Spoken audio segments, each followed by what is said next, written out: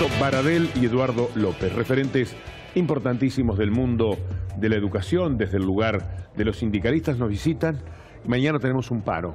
¿Se puede recordar por qué para entrar en calor? Tres motivos. Primero, el tema de la jubilación, que quieren subir la edad jubilatoria, que perjudica a los docentes y a los alumnos. No es bueno una maestra jardinera de 60, 65 años dando clase. El segundo, han dejado de invertir en educación, no están las netbooks de Conectar Igualdad. Y el tercero es la paritaria, porque más allá de lo que dice el ministro, las propuestas provinciales fueron de alrededor del 35%. Y el 35%, es decir, las propuestas que conllevan al 92% de los docentes del país. Él habla de esa propuesta del 40 y pico, 50, que conlleva al 8% de los docentes del país. Para el 92% restante, la propuesta es del 35%, es insuficiente, aún en los cálculos del propio gobierno, por lo tanto, pedimos la reapertura de las paritarias. Los cálculos del mismo gobierno, del 46%, el índice Congreso tomará con el INDEC, 46% de inflación interanual, pero si uno mide el impacto que esto tiene en los salarios más menores, es mayor, está en el 50-52%. Entonces, nosotros lo que estamos planteando ni siquiera es aumento, no perder poder adquisitivo del salario. Primero esta cuestión, y dos cuestiones más: incumplimiento de acuerdos paritarios. Hoy salió un informe en un diario nacional, educación pública de calidad, el nivel de aprendizaje de los chicos. Este año el Ministerio de Educación suspendió la ejecución de un programa que es del Programa Nacional de Formación y Actualización Docente, que lo habíamos firmado con el gobierno anterior, porque no está de acuerdo con los lineamientos. Era un acuerdo paritario y nosotros dijimos, no pueden cumplir un acuerdo paritario. Además, esto es en beneficio de la actualización de los docentes. Las palabras del ministro fueron, si no les gusta, vayan a la justicia. No, también el impuesto a las ganancias. Habían prometido que iban a exceptuar a los docentes. En el gobierno nacional anterior, el 13% de los docentes pagábamos ganancias. En este gobierno, el 28% de los docentes. Y otra cosa que vemos todos los días en las escuelas. ¿Me repite esos números? Sí, el 13 al 28. Más que se duplicó los docentes que pagan ganancias. En Capital se cuadruplicó. Pero es una locura, si lo que se anunciaba era que iban a pagar, nadie iba a pagar ganancias. Está en mi tuit, @EduardoUte, el acta, porque yo soy de Capital. El ministro Bullrich todos los años firmaba en Capital que le pedía al gobierno de Cristina, está en mi Twitter, que saque a los docentes de ganancia. Llegó al gobierno el ministro Bullrich, nacional. ¿Y lo cuadruplicó. No solo no sacó, sino que hay 4 veces más. En la provincia de Buenos Aires lo triplicaron, el tema de ganancias. ¿Por qué? Porque derogaron, cuando hicieron las modificaciones en ganancias, derogaron el decreto de excepcionalidad. Y entonces entraron a pagar mucho más docentes de lo que pagaban anteriormente. Es uno de los temas. Sí. Pero además hay que datos oficiales, ¿no? Datos del IPC de Ciudad. Está la canasta básica, que es canasta de indigencia, la canasta alimentaria, que es la canasta de indigencia. La básica es para no estar por debajo de la línea de la pobreza. 13.000 pesos, 12.990 y pico de pesos, 13.000 pesos. Bueno, el piso salarial docente quedó establecido en 8.500, con una actualización puede llegar recién en enero a 9.600, provincia de Buenos Aires quedó en 9.800 y así podemos encontrar un montón de provincias. A ver, el objetivo del 6,5 del PBI, educación al 8, creo que ustedes tenían por lo menos el año pasado, ¿eso quedó en segundo plano porque los reclamos son bastante más mundanos o no? ¿O se mantiene? No, lo incluimos. En los últimos años pasamos del 3 al 6, se duplicó. Con eso se construyeron casi 2.000 escuelas, se incluyeron miles de niños y jóvenes, pero falta, la mitad de los alumnos no terminan el secundario, entonces hay que incluirlo. Y aparte del secundario tiene que tener centralidad en el conocimiento, hay que saber despejar las X, apropiarse críticamente de las nuevas tecnologías, conocer, manejar el método científico-tecnológico. Entonces hay que invertir más, porque si no, tendríamos que optar entre inclusión o calidad. y no vamos a optar entre inclusión o calidad. Para eso, más PBI en educación. Y en eso estamos empeñados, educación pública de calidad. Y queremos dar un debate serio con el conjunto de la sociedad.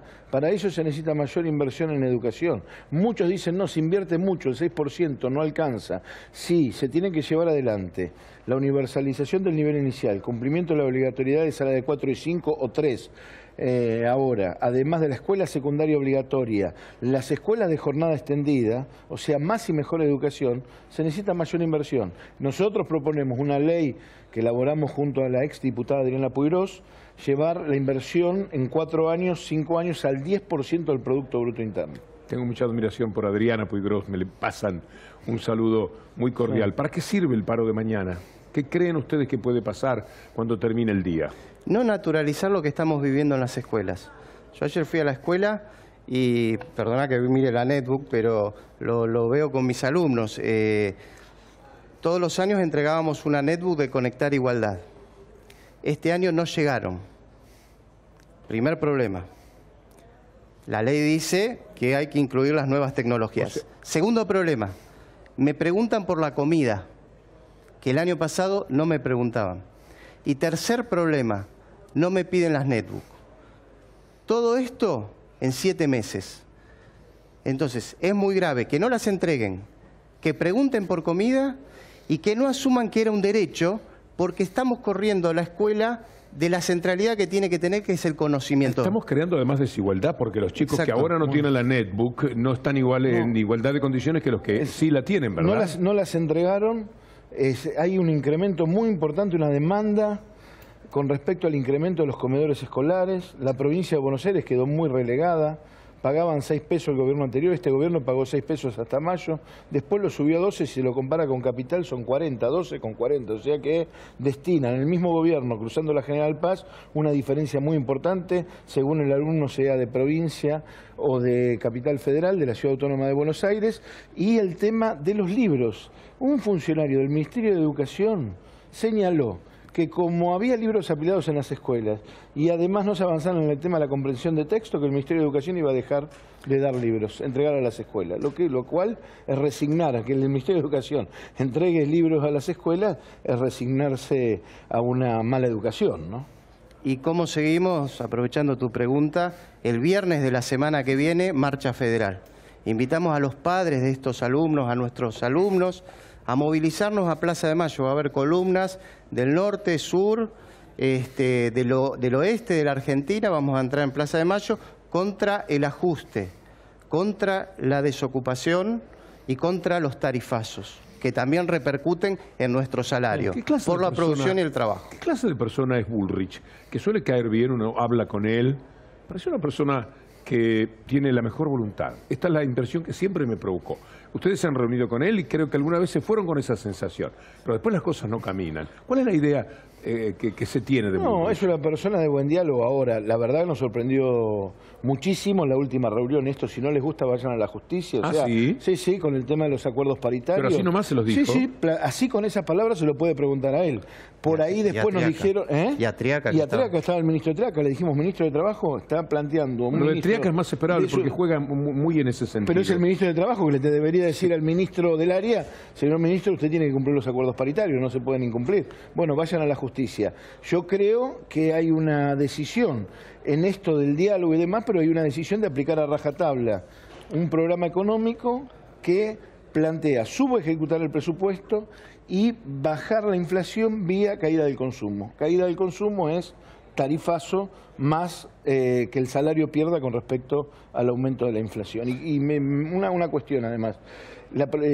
Nosotros además, todas las provincias, ¿no? En el caso de la provincia de Buenos Aires, además judiciales, médicos, el tema del presupuesto, que es un tema del Estado provincial, es una cuestión que tiene que haber muchísima más inversión, porque no solamente tiene que ver con el tema de salarios, sino con infraestructura, comedores y insumos hospitalarios también. Yo sé que por ahí es farragoso meterse en el análisis de cómo los medios han cubierto, pero no, a mí me sorprende, solo viendo y relevando los medios más importantes, la poca cobertura que se le está dando al paro docente de mañana o el enfoque que se le está dando. ¿A ustedes también o es un prejuicio? Hoy había una nota de Clarín en la que hablaba de lo que estaba pasando en las escuelas, como para decir, y estos son los docentes que encima hacen paro y piden paritarias. Bueno, yo pedí, no sé si vieron la nota. Sí, la vimos, tapa de Clarín. Pedí al secretario de prensa nuestro, siempre que hay un paro sale una nota así, el día anterior.